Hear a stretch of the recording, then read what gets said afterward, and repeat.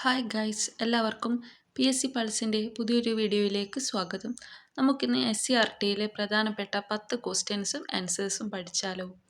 ഒന്നാമത്തെ ചോദ്യം, താഴെ തന്നിരിക്കുന്നവയിൽ സ്റ്റെപ്പ് അപ്പ് ട്രാൻസ്ഫോമറുമായി ബന്ധപ്പെട്ട തെറ്റായ പ്രസ്താവന ഏത്? സ്റ്റെപ്പ് അപ്പ് ട്രാൻസ്ഫോമറുമായി ബന്ധപ്പെട്ട തെറ്റായ പ്രസ്താവന. ഉത്തരം ഓപ്ഷൻ ബി, പ്രൈമറി കോയിലിൽ കറന്റ് കുറവായിരിക്കും. രണ്ടാമത്തെ ചോദ്യം, യഥാർത്ഥ പ്രതിബിംബം രൂപീകരിക്കുന്ന ദർപ്പണം ഏത്? യഥാർത്ഥ പ്രതിബിംബം രൂപീകരിക്കുന്ന ദർപ്പണം ഏത്? ഉത്തരം ഓപ്ഷൻ സി, കോൺകേവ്.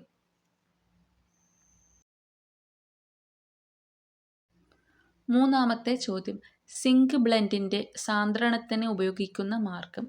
സിങ്ക് ബ്ലെൻഡിൻ്റെ സാന്ദ്രണത്തിന് ഉപയോഗിക്കുന്ന മാർഗം. ഉത്തരം ഓപ്ഷൻ സി, പ്ലവന പ്രക്രിയ.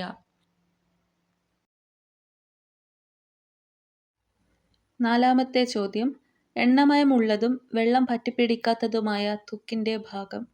എണ്ണമയമുള്ളതും വെള്ളം പറ്റിപ്പിടിക്കാത്തതുമായ ത്വക്കിൻ്റെ ഭാഗം. ഉത്തരം ഓപ്ഷൻ സി, സെബേഷ്യസ് ഗ്രന്ഥി. അഞ്ചാമത്തെ ചോദ്യം, മനുഷ്യൻ്റെ തോളിലെ സന്ധി ഏത്? മനുഷ്യൻ്റെ തോളിലെ സന്ധി ഏത്?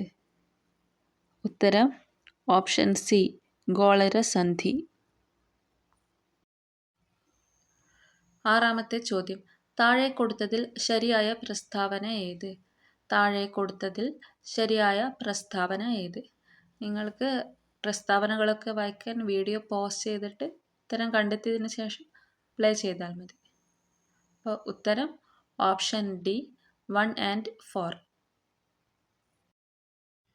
ഏഴാമത്തെ ചോദ്യം, വ്യാപ്തവും തന്മാത്രകളുടെ എണ്ണവും തമ്മിലുള്ള ബന്ധം വ്യാഖ്യാനിക്കുന്ന വാതക നിയമം. വ്യാപ്തവും തന്മാത്രകളുടെ എണ്ണവും തമ്മിലുള്ള ബന്ധം വ്യാഖ്യാനിക്കുന്ന വാതക നിയമം. ഉത്തരം ഓപ്ഷൻ ബി, അവഗാഡ്രോ നിയമം. എട്ടാമത്തെ ചോദ്യം, രോഗപ്രതിരോധത്തിന് സഹായിക്കുന്ന പ്ലാസ്മ പ്രോട്ടീൻ. രോഗപ്രതിരോധത്തിന് സഹായിക്കുന്ന പ്ലാസ്മ പ്രോട്ടീൻ. ഉത്തരം ഓപ്ഷൻ ഡി, ഗ്ലോബുലിൻ.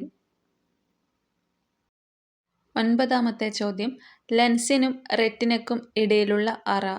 ലെൻസിനും റെറ്റിനയ്ക്കും ഇടയിലുള്ള അറ. ഉത്തരം ഓപ്ഷൻ എ, വിട്രിയസ്. അവസാനത്തെ ചോദ്യം, കൊബാൾട്ട് അടങ്ങിയ വിറ്റാമിൻ. കൊബാൾട്ട് അടങ്ങിയ വിറ്റാമിൻ. ഉത്തരം option D, vitamin B12. Video എല്ലാവർക്കും ഇഷ്ടപ്പെട്ടു എന്ന് വിചാരിക്കുന്നു. ഇതുപോലെ SCERTയിലെ സാധ്യതയുള്ള ക്വസ്റ്റ്യൻസ് ഷോർട്സ് വീഡിയോ ആയിട്ടോ അല്ലെങ്കിൽ ലോങ് വീഡിയോ ആയിട്ടോ ചാനലിൽ ഇടുന്നതാണ്. അപ്പോൾ ചാനൽ ഇഷ്ടപ്പെട്ടിട്ടുണ്ടെങ്കിൽ സബ്സ്ക്രൈബ് ചെയ്യണേ.